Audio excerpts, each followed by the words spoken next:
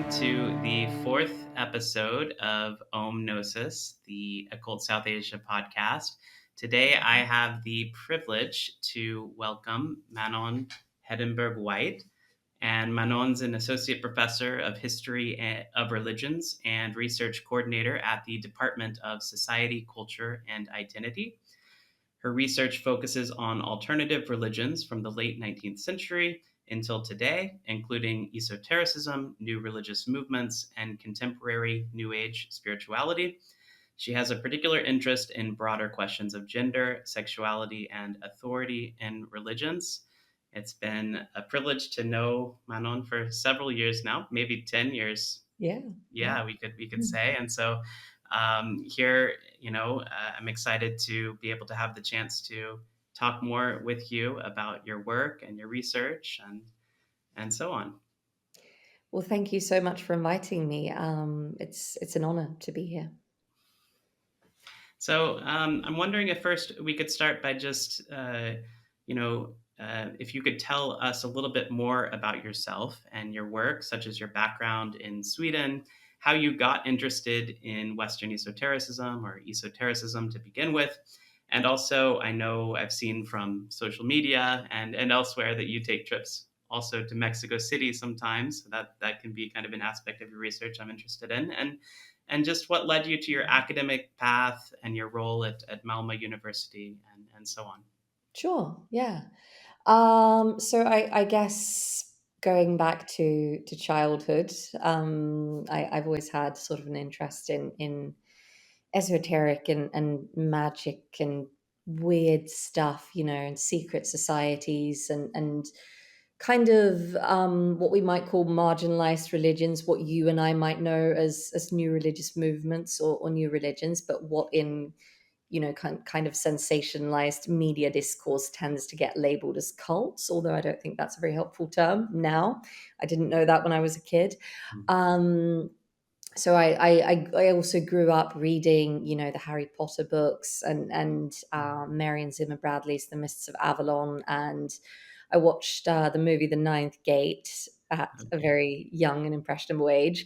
And I was very interested in these sorts of topics, but I didn't really have any context for it. And I didn't know that it was something that other people were interested in as well, which, it seems that I should have been able to make that connection since there were books and movies around. But I thought, I'm just weird and I'm going to have to, keep this locked down as much as possible because none of my friends had any similar sort of interests.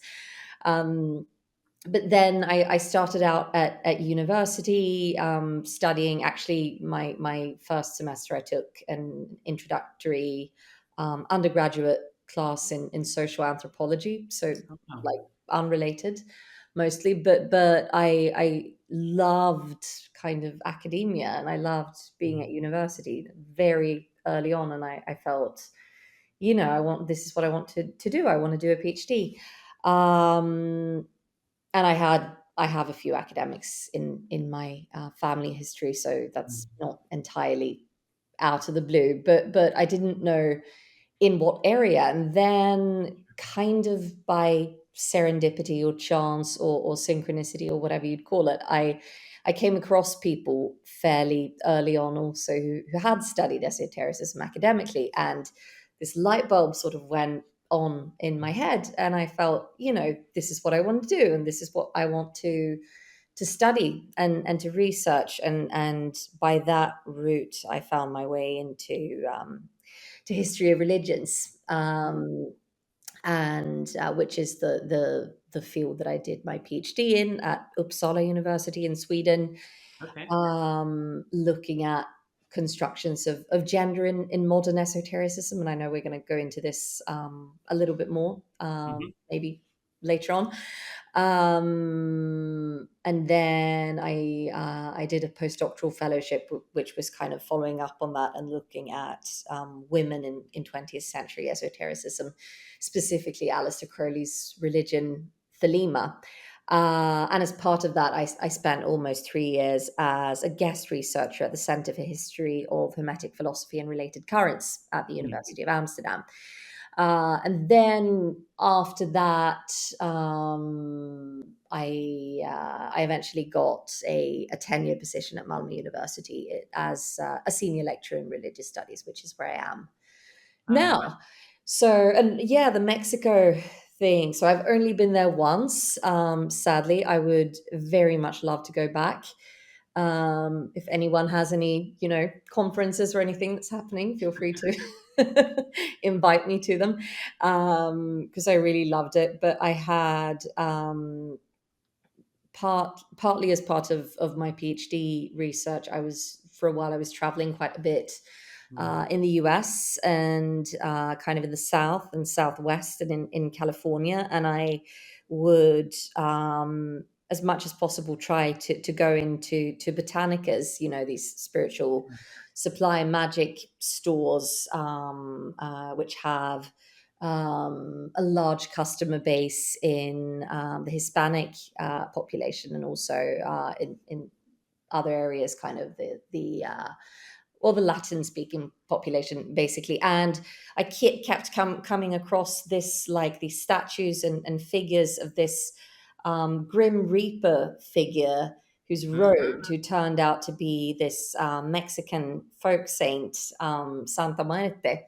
And I was really, really fascinated by her and by this sort of religious movement, which is very sort of grassroots around her, or it was at the time anyway. So that was partly why I traveled to Mexico a few years later, and I was really, really fascinated by this aspect of Mexican culture and this kind of very particular relationship that it has with death and has had for some time, and these sort of traditions around how the dead are celebrated and revered, and still sort of part of the familial networks, which is very, very different from how death is mostly treated in Scandinavia. So I thought that was very, very interesting and very sort of moving in a lot of ways. But that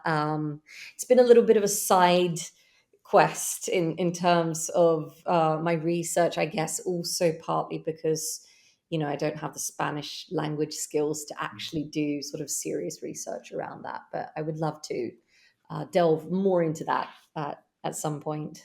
Wow, that's wonderful.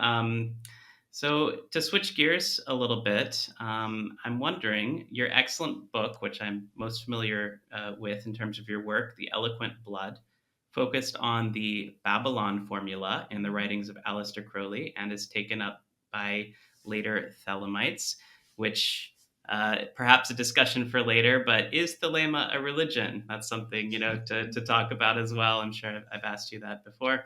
Could you tell our audience a bit about Aleister Crowley and how the Babalon formula arose in the vision and the voice? I'm jealous that you got to visit and you saw the manuscript copy at the Harry Ransom Center for the Humanities there at UT Austin. Yeah. How is Babalon in Thelema portrayed differently from the negative image of the Scarlet Woman in Christianity via the Book of Revelation? And what are the implications for our contemporary understanding of female sexuality? Yeah. All right. So obviously I could talk for hours about this, Yeah, but I'm gonna great question. Really. try to keep it to sort of the abbreviated version. So yes, as you know, the Eloquent Blood, that was based on my doctoral dissertation. So yes, there's lots to say, obviously, but to start out, I don't know how much Crowley knowledge can be assumed. So I'm just gonna, Crowley, Aleister Crowley was of course one of the most influential occultists of the 20th century. He grew up in a conservative Christian household. He rebelled against his parents at quite an early age, and he famously adopted this title of the Great Beast 666 with obviously biblical connotations. He was also a member of the Hermetic Order of the Golden Dawn for some time. He was a very devoted student of yoga. And in 1904, he received what he considered to be a sacred text called the Book of the Law, or Liber Legis, as it was named later on, which Crowley believed marked the beginning of a new spiritual era, or a new aeon, which he would call the Aeon of Horus, and which would be characterized by a focus on kind of the overthrowing of old authoritarian systems, and the spiritual realization and liberation of humankind, and also individualism. And this text became the core sacred document of this new religion, if we're considering it to be a religion. Thelema, which is Greek for will, and refers to this central notion of, or the teaching, "Do what thou wilt," should be the whole of the law, which is announced in the Book of the Law, and which is frequently misunderstood as meaning that you should do whatever you want at any given time, which is not what Crowley meant at all, of course, as you know. But it refers to this concept of the true will, which is what Crowley considered to be the unique purpose of each human life, which is it's up to each and every one of us to essentially to seek out and to discover and to fulfill. And Crowley also had this belief that the Aeon of Horus was also linked to the liberation of sexuality, and he was very much an advocate for free sexuality, regardless of gender, anything between consenting adults, essentially. So that's very important, this kind of sex positive aspect of his thought for understanding this figure of Babalon, arguably. So in 1909, Crowley was in Algeria, out wandering the desert with Victor Neuburg, who was a poet and also Crowley's lover and magical disciple. And they were exploring this Enochian system of magic, as it's been called, which was established in the Elizabethan age by John Dee and Edward Kelly. And what Crowley and Neuburg were doing essentially was they were scrying, or they were astrally exploring this esoteric cosmology, essentially, that Dee envisioned these 30 realms of otherworldly existence that were referred to as ethers. And Crowley's record of this operation, the vision and the voice, is this very sort of dazzling and multifaceted and I think very beautiful kaleidoscope of all sorts of mythology and tarot and biblical references and Kabbalah and various esoteric bits and pieces from around the world. And one night, Crowley has a vision of this majestic woman astride a seven-headed beast, and she's clad in scarlet, and she has a golden cup, and she's drunk on the blood of the saints, which is in that golden cup. And Crowley recognizes her as a goddess, and he calls her Babalon. And obviously, this is very clearly, Crowley was building on his upbringing. So his parents were, as I mentioned, very conservative Christians. They were members of this movement called the Plymouth Brethren that puts a lot of emphasis on the Book of Revelation. So he's building on that in a sense, but he's also making this like highly favorable reinterpretation of this antagonistic biblical figure of the Whore of Babylon as a goddess who is identified with the formula of passionate union with all of existence. So she is sort of the guardian of one of the final stages of initiation in Crowley's system of magic, where the seeker, the adept, needs to reaches a point where they need to annihilate and destroy their ego, metaphorically draining their blood into Babylon's cup. And this is known as the crossing of the abyss. And that annihilation of the ego entails becoming completely receptive to the all. And Crowley also likens this to samadhi in the yogic terminology. And if successfully done, you get reborn on the other side as a master of the temple, essentially as a perfect vessel for the divine will. So Babalon is sort of the emblem of this formula. And it's said that she is united passionately with everything. So she also sort of epitomizes this. But there's also a very clear sexual connotation to it, in that the crossing of the abyss, it's described as a form of self-sacrifice, but it's also described in erotic terms. Crowley likens this kind of surrender to the giving up of the self to one's lover in the sexual act. But there's also a more concrete dimension to this. So Babalon also encapsulates this idea of the sacredness of liberated sexuality, and especially female or feminine sexuality in a sense. So I guess that's still quite a lengthy version, but yeah, in a nutshell. No, that's a wonderful summary, and I mean, in a nutshell, indeed, just so much to unpack from just that statement. And I think, as an extension of this question, I don't know how the popular impression is of Aleister Crowley in Sweden, but here in the United States, he's often sort of criticized, right, for being a womanizer, just obsessed with sex magic and debauchery and so on. And then, as you mentioned, Victor Neuburg, his bisexuality is also kind of downplayed as well. And your book, though, on the other hand, offers such, a much more nuanced gender studies perspective that also shows how women held and still hold leadership roles, right, in Thelema. And I'm wondering, who were some of the most notable women who played a prominent role in continuing some of these practices of yoga and magic and scrying?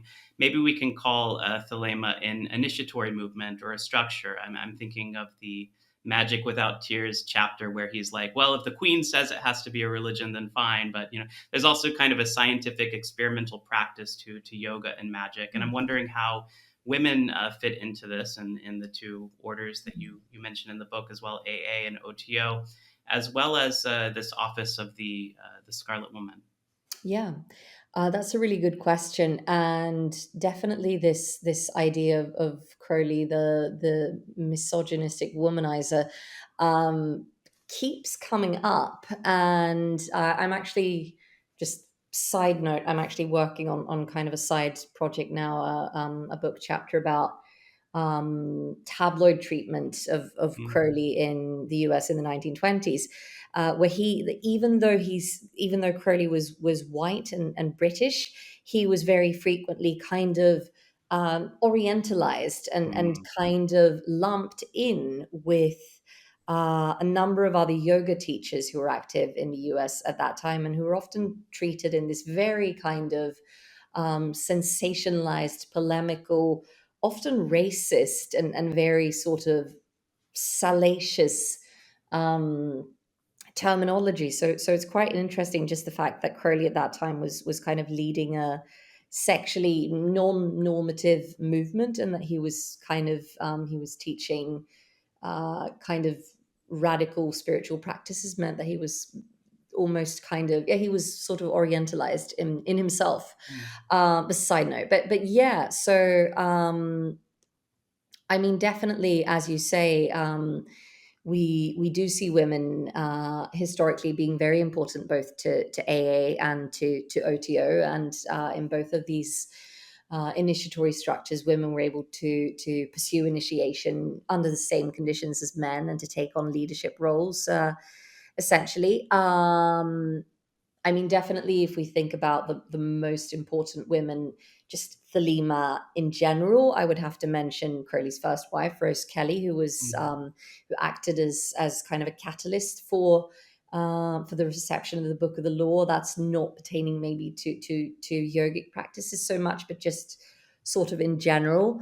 But she was also the first woman to whom Crowley attributed this title of the Scarlet Woman, which first comes up in the Book of the Law. So Crowley, as listeners will recall, took on this title of the Beast. And the Book of the Law also mentions this character of the Scarlet Woman as sort of the feminine counterpart to the Beast, and it's her task to work with him in manifesting this new aeon, essentially. And she's also supposed to kind of embody the feminine ideal of the new aeon, which is to be sexually liberated and assertive and to take charge in various ways. So Crowley first believed that title of the Scarlet Woman, that was Rose Kelly, essentially, and then their relationship eventually imploded, and he came to view that title as a comparable office. So one of her successors was particularly important, I would say, Mary Dempsey, or Mary Desti, as she sometimes called herself, who was Crowley's Scarlet Woman very early on. And she was a cosmetics entrepreneur, and she was also a friend of Isadora Duncan, who was a dancer and kind of an it girl of the early 20th century. And Mary Dempsey also acted as a channel for Crowley's communication with an entity called Abudis, which precipitated the writing of his massive treatise on magic and spiritual practice, book 4, around 1911, 1912. So Mary Dempsey was also Crowley's collaborator on the first two parts of book 4, which deal with yoga and with some aspects of magic. So she was definitely absolutely fundamental to that, I would say. And her role was kind of characteristic of that sort of role that several of the later Scarlet Women often took on. They were often Crowley's lovers, and as well as his magical partners and collaborators. And he often selected his Scarlet Women among women that he considered to have mediumistic abilities, or the ability to access kind of altered states, and to enter into conversation with non-human intelligences. So another one of the Scarlet Women who was very important, arguably, was Leah Hirsig, who was a Swiss American school teacher and who was Crowley's Scarlet Woman in the early 1920s. And I would say probably out of the Scarlet Women, maybe aside from Rose Kelly, just in terms of kind of getting the ball rolling, Leah Hirsig was the most influential of them, definitely in terms of having the longest involvement and the most sustained magical and also yogic practice of her own. And we know this because she left quite extensive magical diaries where she documents almost daily asana, pranayama, etc. She's meditating. She's also doing ceremonial magic, and she's also teaching these practices to others. She initiated others into OTO and AA, and she helped Crowley write and transcribe several of his important magical and fictional works. I would also say Jane Wolfe, who was a student of Crowley and Hirsig at the Abbey of Thelema, which they managed in Cefalù in Sicily, also in the early 1920s. And Jane Wolfe underwent this very rigorous magical training in the form of a magical retirement, where she also engaged in daily yogic and ritual magical practices.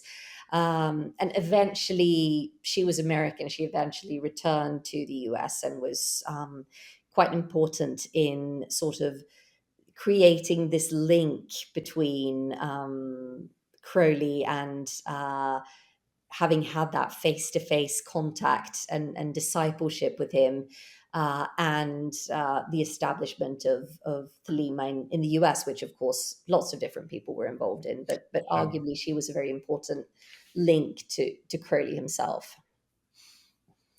Yeah, it's really fascinating, to continue this sort of thread of yoga and magic as well, that it's sort of in the background, right, of so many of these movements. And it's often, many of the viewers on here probably will know that these sort of aspects of yoga are really understudied in terms of the spread of modern yoga in the United States and Europe. And it's interesting and very notable that so many women were involved in this in such a deep and profound way.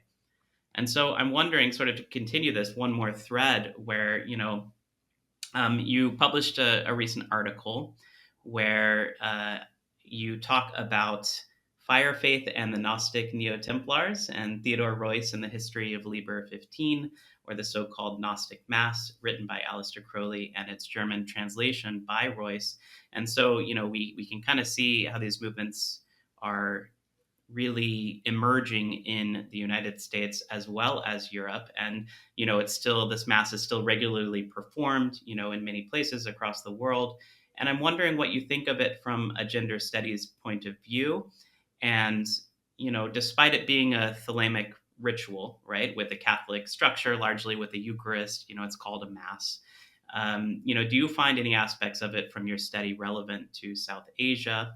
And, I know from some research into Royce as well, in a limited way, that he's very interested in tantric anatomy, publishing Hargrave Jennings, this idea of, under the name Lingam Yoni, and these yogic ideas of prana, or the vital breath. And so I'm wondering if you could sort of just talk about, your experience from the perspective of, studying the Western side of this equation. How was Royce really blending these interests with this, idea of phallicism and this sacredness of the procreative act that you write about, and so on? It's clearly a hot button issue. Yeah. So firstly, to speak to the gender studies point of view, or that kind of perspective on the Gnostic Mass. I mean, I would say it's quite complicated. On the one hand, if we compare the Gnostic Mass to the Roman Catholic liturgy, or that of the Orthodox Church, I mean, there's very clearly a much stronger emphasis on divine feminine imagery and women's ritual leadership, or female ritual leadership, in the sense of the Gnostic Mass venerates the kind of erotic dialectical cosmology of the Book of the Law, which posits a divine masculine principle and a divine feminine principle, and that these two are drawn to each other and interact with each other and combine with each other to produce a magical child. So, and we see, of course, both male and female ritual officers taking on leading roles. As we know, women taking on ritual leadership roles in the early 20th century. It wasn't unique to Crowley or to the OTO in a Western context, but it was definitely progressive for its time, all the same. It wasn't the norm, really, for at least more established religious organizations to put women in those types of roles. And Theodore Royce, for that matter, was quite progressive as well, and quite invested in this sort of notion of women as spiritual leaders. On the other hand, you could say that the Gnostic Mass also, in kind of positing this dialectic between the masculine and the feminine divine, enacted through the bodies of a priest and a priestess, reproduces this kind of heterosexualized or heteronormative understanding of the cosmos. And there's been critiques also, as you know, from inside the esoteric community and from inside Thelema, various authors and thinkers around these topics saying that this arguably, does it center heterosexuality? Is it heteronormative in that sense? On the other hand, again, in the Gnostic Mass, we also have symbolism that points to and sacralizes the transcendence of binary gender.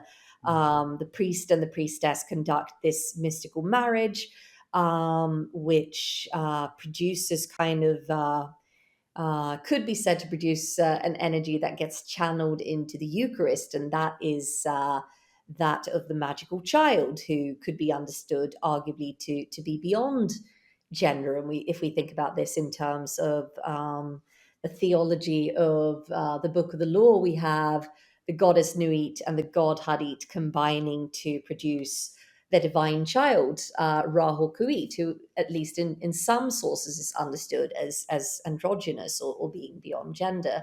And there are ritual roles, of course, in the Gnostic Mass that aren't gendered at all, such as the deacon's role and the children's roles. And there's also been, at least in the United States Grand Lodge, which is the largest of OTO today, there's been policy adaptations to accommodate the experiences of trans and non-binary OTO members, for instance. So that's been something that has been very interesting for me as a researcher to follow as well, how these discussions about this ritual, which is very, very important in the context of Thelema historically, and definitely in the context of OTO as an organization, how all of these different aspects get called into this discussion. I think that's really, really interesting. And also in terms of the South Asia aspect, I mean, I would definitely point to Gordon Jurjevic's work in this area, who has written quite eloquently, I think, about the Gnostic Mass in relation to yoga and tantra. And he, for instance, he has an essay about this in the edited volume, Aleister Crowley and Western Esotericism, published by Oxford and edited by Henrik Bogdan and Martin P. Starr. And Jurjevic writes that essentially there are very many functional parallels, we might argue, between the Gnostic Mass and certain tantric traditions. For instance, in this kind of interplay of the masculine and the feminine divine that gets channeled into human bodies, the raising of energy, the culmination in the consumption of bodily fluids as a kind of sacramental act. So Gordon talks about this in terms of functional parallels, maybe more than direct influence, or at least from what we know. Crowley's knowledge of his direct knowledge of Indian Tantra was highly limited, while of course also, as we know, his involvement with yoga is much more straightforward. But obviously there are really interesting parallels in that sense. And in terms of Royce and the Western sources that he was drawing on, so you brought up phallism or phallicism, for instance. So yes, so that was something that he was heavily influenced by, and Royce was kind of, it seems even before Royce and Crowley started to collaborate, Royce was very invested in this notion of sexuality as being the core of religion, the core of Freemasonry, kind of the magical secret holding everything else together. And it seems that he was looking for reflections of this in different traditions across the globe. So his work, Lingam Yoni, for instance, was very strongly indebted to the ideas of Hargrave Jennings, who was a Freemason and a Rosicrucian, and who had this idea that all religion originates from phallic worship, from the worship of the phallus, which he equated with fire and the power of the sun. So there's this idea of primordial religion as being this kind of sexual cult, and of the sexual act as reflecting divine creativity. So that is also, as I interpret it, one of the reasons why Royce appears to have been very excited by Crowley's Gnostic Mass, and he felt that it also supported some of the ideas that Royce already had. Although, of course, as I also talk about in that article, Royce made his own very interesting innovations to his German translation of the Mass. And one of the things that he did, as I interpret it, is to place a stronger emphasis on this kind of phallic fire cult as being what is behind all religion, essentially. But definitely, all of this is coming from from Royce's standpoint, what is sometimes called perennialism. This kind of idea that all religions kind of though outwardly different, have kind of a united core, and that an interesting exercise is to look for parallels between different religions across the world. That was very clearly sort of an intellectual framework that Royce was operating within as well. So he would not have seen it as a problem at all to kind of pick and choose ideas from different historical traditions. Hmm. Yes, if only the study of religion were so simple, or that simple, right? Yeah, right. But yeah, I think it's a great point. It's interesting that you have many South Asian authors at this time who were also really trying to sort of pick certain pieces or threads from various religions and say, hey, look, they came from a common root. And a Yeah. lot of that, people say, oh, well, that's just inspired by theosophy, which to Mm. some degree is true. But there are sort of these sort of tendencies to universalism, even in South Asia Mm. Right. itself, which Mm. rightly or wrongly, there's Mm. problems with that, but there's still an impulse, right, to try to find Yeah. these Mm. comparisons, definitely. Mm. So Mm. Mm. one thing also that I'm thinking about is, even though Crowley's interest in tantra is way beyond the scope of what we can talk about, but I'm thinking also of his interest, at least in the goddess Bhavani, who was this fierce aspect of Parvati, a very specific reference to the goddess. And I've been looking at some of his diaries recently where he has even hymns to Bhavani. Mm. And it's interesting that maybe this feminine Mm. Yeah. perspective, on a goddess was sort of overlooked by Royce, maybe in the Mm. translation, somewhere Mm. in the Yeah. mass. So Mm. food Mm. food for thought for a later day. But Yeah, definitely. That's really interesting to think about. yeah, so to kind of switch to more the, well, it's not contemporary, but several decades down the road, I know that another interest in your research has been on this so-called Babalon working, right, inspired by this Babylon formula Mm. that took place between Jack Parsons and L. Ron Hubbard several decades after The Vision and the Voice, and that you have emphasized the role of the artist Marjorie Cameron in particular. I mostly know her from starring in Kenneth Anger's inauguration of the Pleasure Dome. And I'm wondering if you could inform our viewers, what is this Babalon working? Who was Marjorie Cameron?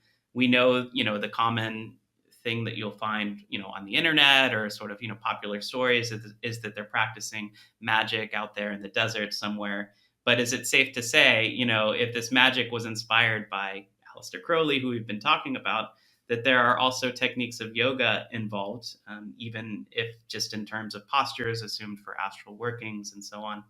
And also, why did Aleister Crowley have such a negative view of Parsons, after this working,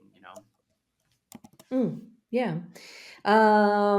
Yeah. So just very briefly, the Babylon working was a ritual operation performed by Jack Parsons, who was a self-taught rocket scientist, and very, very important to the development of the American space program. But that's an entirely different topic. But yeah, so he was also a student of Crowley, and active within the Agape Lodge of OTO that was based in Southern California in the 1930s and 40s. And so Parsons was he was self-taught as a rocket scientist, and he was also, in terms of his magical development, he was he was a bit unconventional, and he was also kind of known to cut corners and pursue more sort of romantic experimental magic in a sense. So he wanted to essentially manifest the goddess Babalon on earth as this kind of messianic figure. And he had the idea that the Aeon of Horus, that had begun with Crowley's reception of the Book of the Law and other things, was governed by this kind of unbalanced, chaotic, masculine energy of Horus. And Parsons was very much sort of looking at the aftermath of World War II. So this was the Babalon Working, took place in the late autumn of 1945, early spring of 1946. So it's very close in time.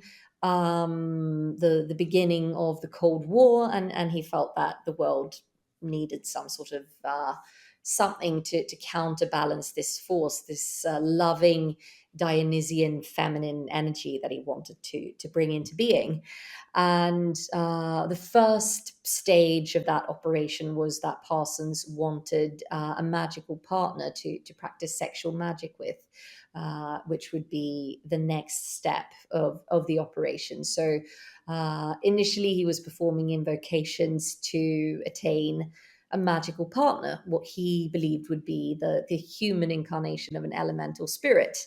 And incidentally, during this period, Marjorie Cameron, who was an illustrator and an artist and a former cartographer for the US Navy, showed up on the doorstep of the Agape Lodge and was looking to rent a room.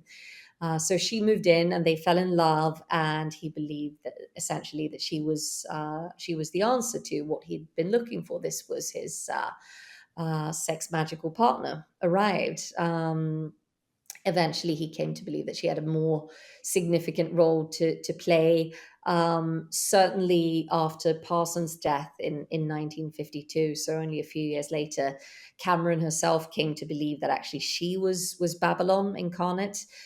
It's a little bit unclear and up for debate, I would say, whether Parsons believed this, but he definitely believed her to have some sort of highly significant spiritual destiny. As for Cameron herself, she wasn't at all very interested in the Babalon Working or in Thelema or in magic or in any of this stuff before Parsons' death. But after he died very abruptly in the aftermaths of an accident, she delved into this more and more, and she studied Crowley's works very extensively, but also comparative mythology and psychology and various thinkers in the kind of Jungian school of analytical psychology, for instance. So she maintained a very long magical practice and sort of commitment to Thelema for decades after Parsons' death, and actually really sort of up until the very end of her life. In terms of the actual techniques used in the Babalon Working, Parsons' record of the Babalon Working, which is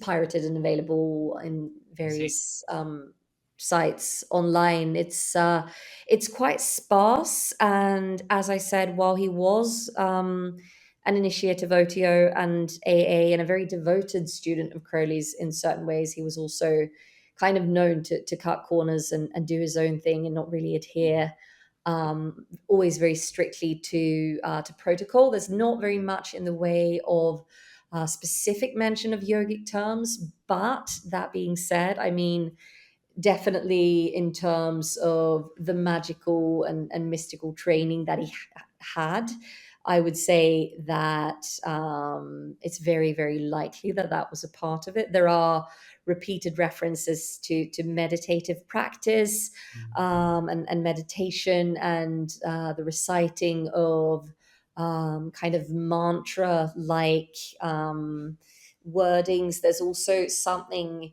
I would say, arguably something akin to kind of bhakti yoga going on as well, with Parsons kind of inflaming himself in prayer and meditation and mantras over the course of several weeks, and kind of devoting himself and preparing himself to be a vessel for the divine entity. So I would say there are definitely some interesting parallels there.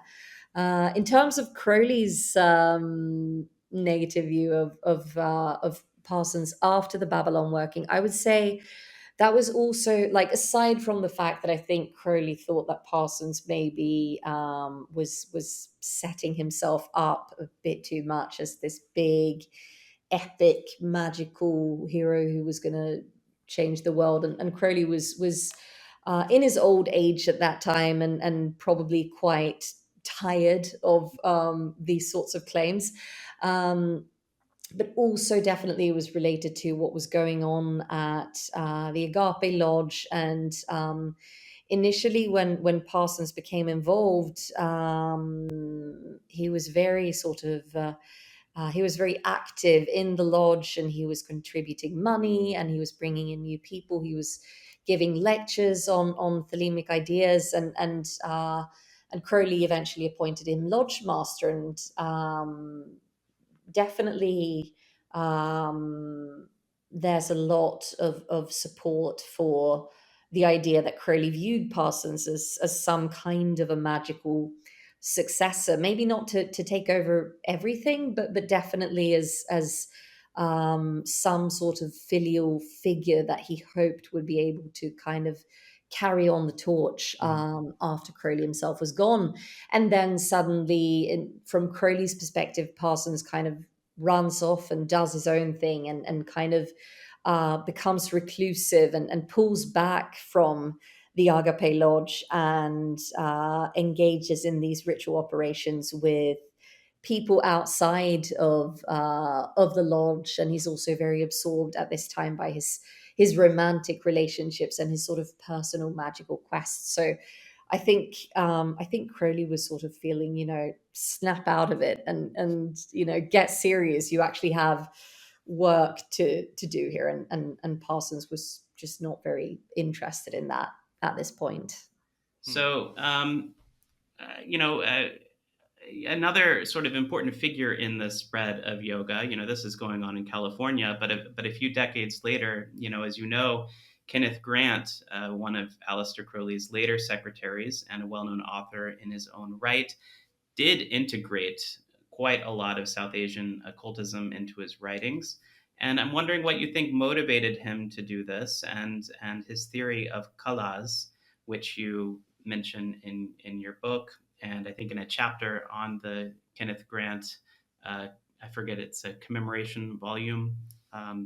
Servants of the Star and the Snake. Servants of the Star and the Yeah. Snake. Thank you. Yes.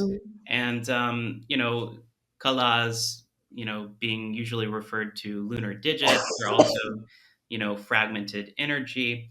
And I'm wondering, what is his overall interest in emphasizing the importance of menstrual blood as related to these lunar digits in magical ritual? Yeah. So Kenneth Grant basically.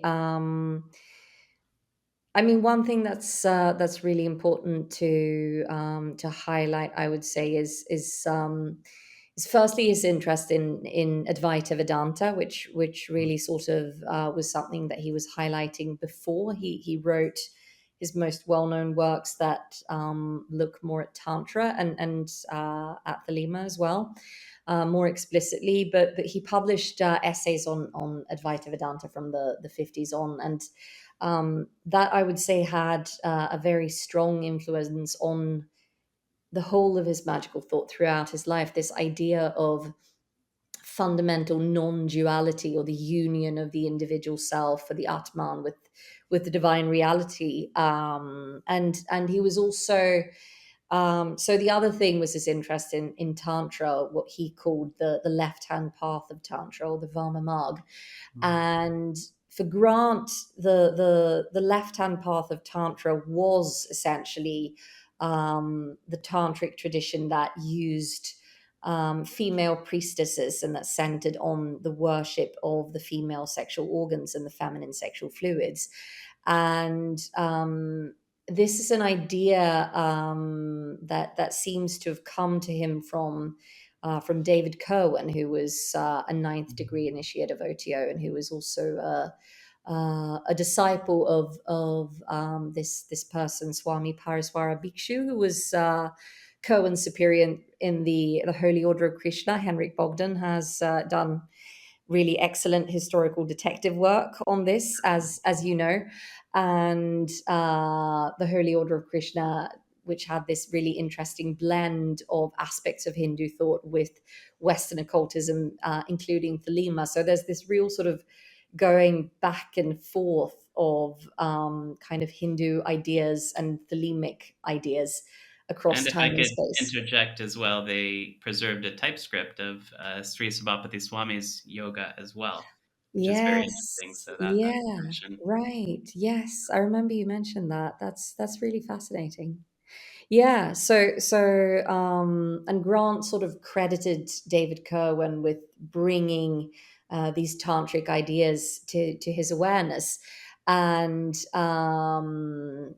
according to Grant, Kerwin's ideas on sexual magic and tantra were derived from a secret document that had been given to him by Bhikshu, which was a commentary on the Ananda Lahari, which is this early tantric manuscript.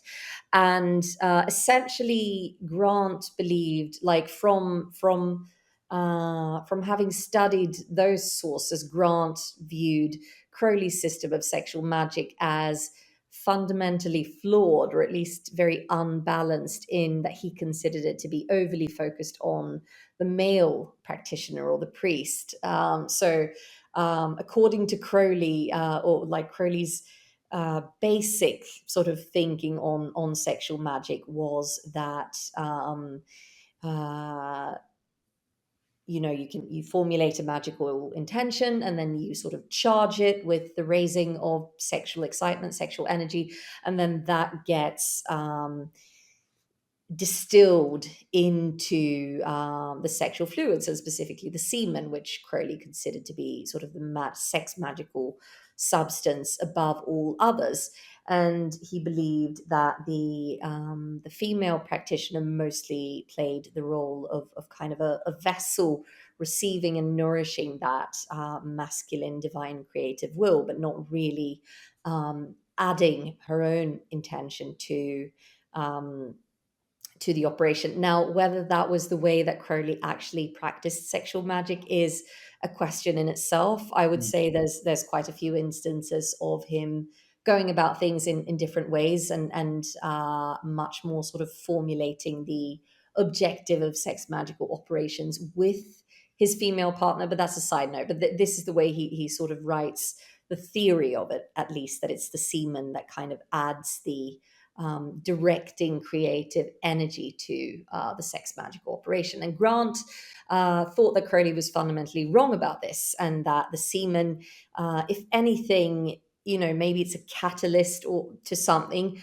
but really we can do without it also. And the colors, or the feminine sex magical secretions, are the core ingredients. And for that reason, Grant also believed that the training of the priestess was absolutely essential, that it's much more important to have a proficient priestess than to have a proficient male practitioner. And Crowley saw it as the inverse. Crowley believed that a trained male sex magical practitioner could quite easily make do with an untrained woman partner. So Grant, like for him, his understanding of Tantra was very tied to this idea of a magical undercurrent that emphasizes femininity and the role of the priestess and the divine feminine and the feminine sexual fluids. And all of these are sort of linked together. And he has a whole sort of catalog of different aspects of the feminine sexual fluids, or the kalas as well, and how they get channeled through the energetic body of the priestess in various ways.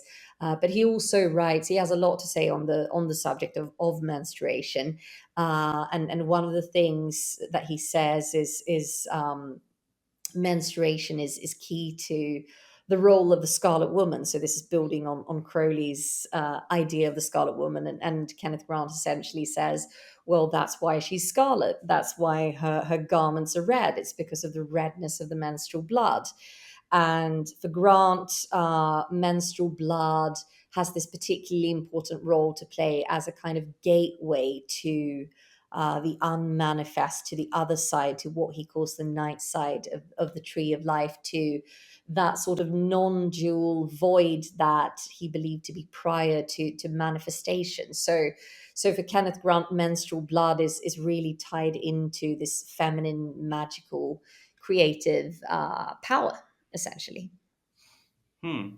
Yeah, and it's really interesting to sort of have these perspectives side by side. I know we emailed briefly about this, just in the notions of tantra, right? Especially in several texts, you have this idea of a bindu, or Mm, a drop that can be both male or female, and males and females both can be said to produce semen.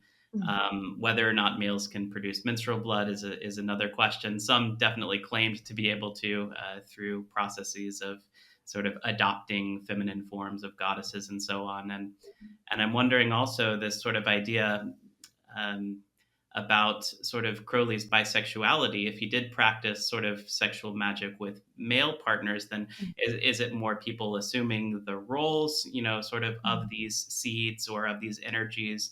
And if female practitioners could also sort of, obtain the ranks of the highest levels of initiation, so to speak, then, clearly they also are able to produce this kind of generative magical fluid. mm, So, mm. interesting questions, right, on how these are all sort of Yeah, articulated. It seems like Kenneth yeah. Grant is certainly placing a very specific tantric lens Mm, onto Thelema, which is of relevance to yeah. South Asia in general. But Yeah, and has been very important as well in terms of kind of foreshadowing various sort of feminist or woman focused interpretations of Thelemic sexual magic as well. And I think it's very interesting because Grant was kind of he was writing these works, his Typhonian trilogies, that was historically at the same time as kind of the second wave of feminism was unfolding, and the goddess movement and theology and all of these sort of intersections of academic thought and feminist thought and spirituality that were kind of emphasizing women's spiritual leadership and goddesses and so on and so forth.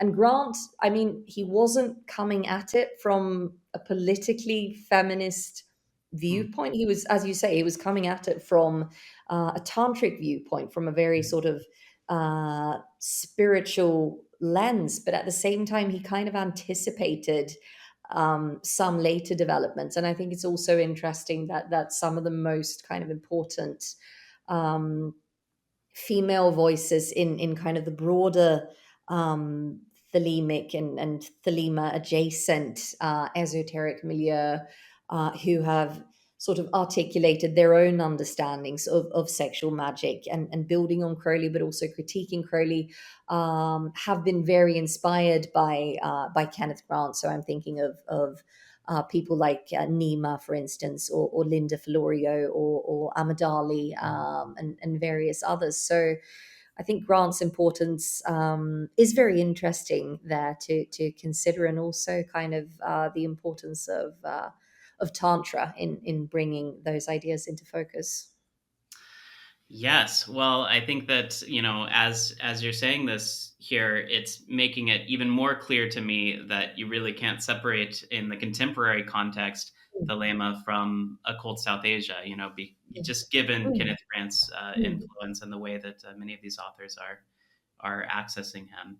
And so I'm definitely. wondering, Mm, I ask this to every guest. I've been calling Om-gnosis the first occult South Asia podcast, and as being involved in the study of esotericism, occult literally means hidden and usually refers to hidden worlds or powers, at work in the universe. And I'm wondering, in what ways do these esoteric movements you study offer a unique perspective on the study of unseen phenomena? We've talked about it already a little bit, but just sort of, more specifically, what do they offer really this study of occultism? Yeah. So, I mean, I think one thing that I think is really important in many of the sources that I've studied is how they shed light on how people have understood contact with non-human or more than human or whatever we'd like to call them, like divine intelligences, and how these experiences can be very um, cathartic but also traumatic in terms of occult practitioners and their life trajectories, and how they in some cases turn out to be turning points in people's lives. I think one thing that's really interesting to think of in terms of Crowley, for instance, is when he first received the Book of the Law, he was hesitant for several years, and he tried to put it aside, and he didn't really like what it was saying, and he kind of tried to, no, I'm not gonna like really focus on this, I'm gonna try and do something else. And then it sort of kept coming back to the point where he said, okay, I'm gonna commit myself to this now. And I think that's quite interesting in terms of when I've spoken to contemporary devotees of Babalon, for instance. Many of them have highlighted kind of the intensity of their relationship with Babalon, how sometimes kind of I don't know, like how it causes different forms of upheaval in their lives, and how sometimes they've had the most sort of the deepest magical experiences at times of crisis, or their magical experiences have precipitated a time of crisis in their lives, and how these experiences come to be driving forces in people's lives. That I find really interesting.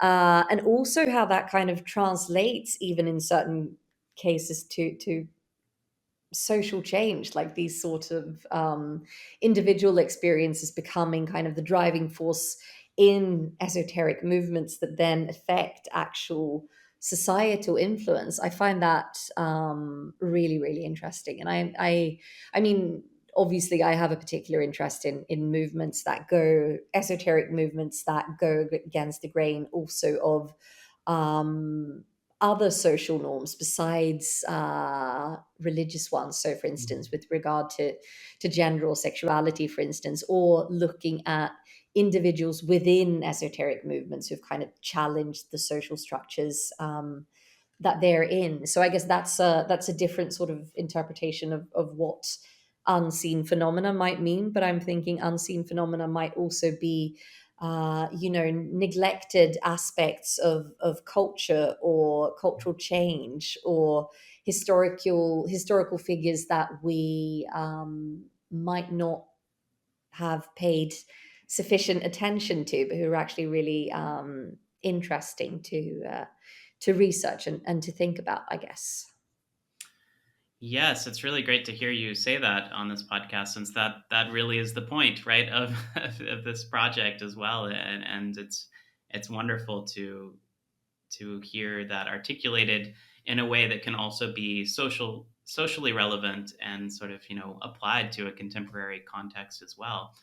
This is not just preter-human intelligences, right? This is also human beings living their lives, in a variety of ways. So I'm curious, as we sort of wrap up, I want to hear, what you're working on now. What is the scope of your research, and are there any exciting projects sort of in the pipeline? Yeah. So most recently, I have finished a book which is going to be published by Oxford University Press, hopefully in 2025, which is a an annotated edition of the Magical Diaries of Leah Hirsig, which who I mentioned earlier, which I've been working on together with Henrik Bogdan of the University of Gothenburg. So it's collecting Hirsig's magical diaries from 1923 till 25, and also a collection of letters and other supplementary materials. And we've been doing this sort of detective work of footnoting and explaining who are all the historical characters and all the abbreviations. And she says that she's doing pranayama, for instance, for 6 minutes. What does this mean? Where is she getting this from? What are the sources she might be using, etc. So that's been quite a long time in the making. So very, very excited for that to finally see the light of day. I also have two ongoing kind of projects right now.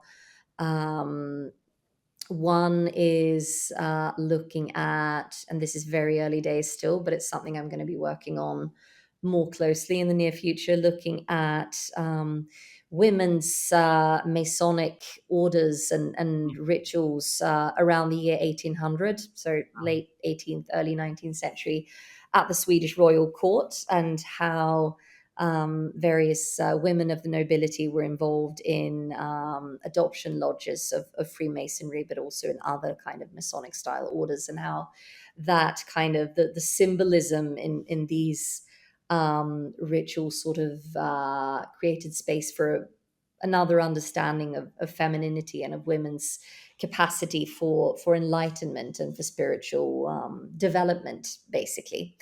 I'm also involved in this larger research hub at Malmö University, which is focused on mindfulness in an interdisciplinary perspective. So there's sports studies approaches and psychological approaches and pedagogical approaches, but my part of it is looking at the kind of historical, cultural aspect of mindfulness practice. So hopefully in the next year, we're going to be looking at, one of the things that we're going to be looking at is contemporary mindfulness practitioners and how they understand mindfulness practice and their own experiences, basically. And then finally, I'm going to, over the next few years, be working on a big project that was just granted funding, which I'm very happy. Congratulations. Thank you. Which is going to be looking at women in new religious movements who and how they enact, women who enact religious authority as a male charismatic leader's chosen confidant or partner or spouse or friend. And I have this idea that this is kind of a form of leadership role that women can often be found in. This kind of, not the main leader necessarily or the founder, but kind of someone who's maybe a little bit more in the shadows, but actually doing a lot of the important work, and having that sort of precarious position that's often not really formally structured, but by virtue of being close to this male charismatic leader, this woman has this very prominent role, but which can also be quite precarious and quite vulnerable, and also dependent on her ability to negotiate her relationship with the leader, but also with the other students of the religious movement that she's in. So it's going to be looking at that in a systematic and comparative perspective, and looking at a number of different case studies. So that's going to be my main thing over the next few years. Well, all of those projects, Manon, sound really, really wonderful, and like they will just, create an incredible contribution to our understanding of gender in new religious movements, as well as just the history of women in magic and yoga in general. And so, it's been a pleasure. If I could, I would, read out portions of the poem Leia Sublime on the podcast, but I think that would be too much for our audience. Yes. But Yeah. Not for sensitive ears, no. right. So on that note, thank you so much for agreeing to come on and sharing your expertise and your knowledge with our viewers. Well, thank you so much for inviting me. This has been a real pleasure. It was really, really good talking to you. Okay, thank you so much.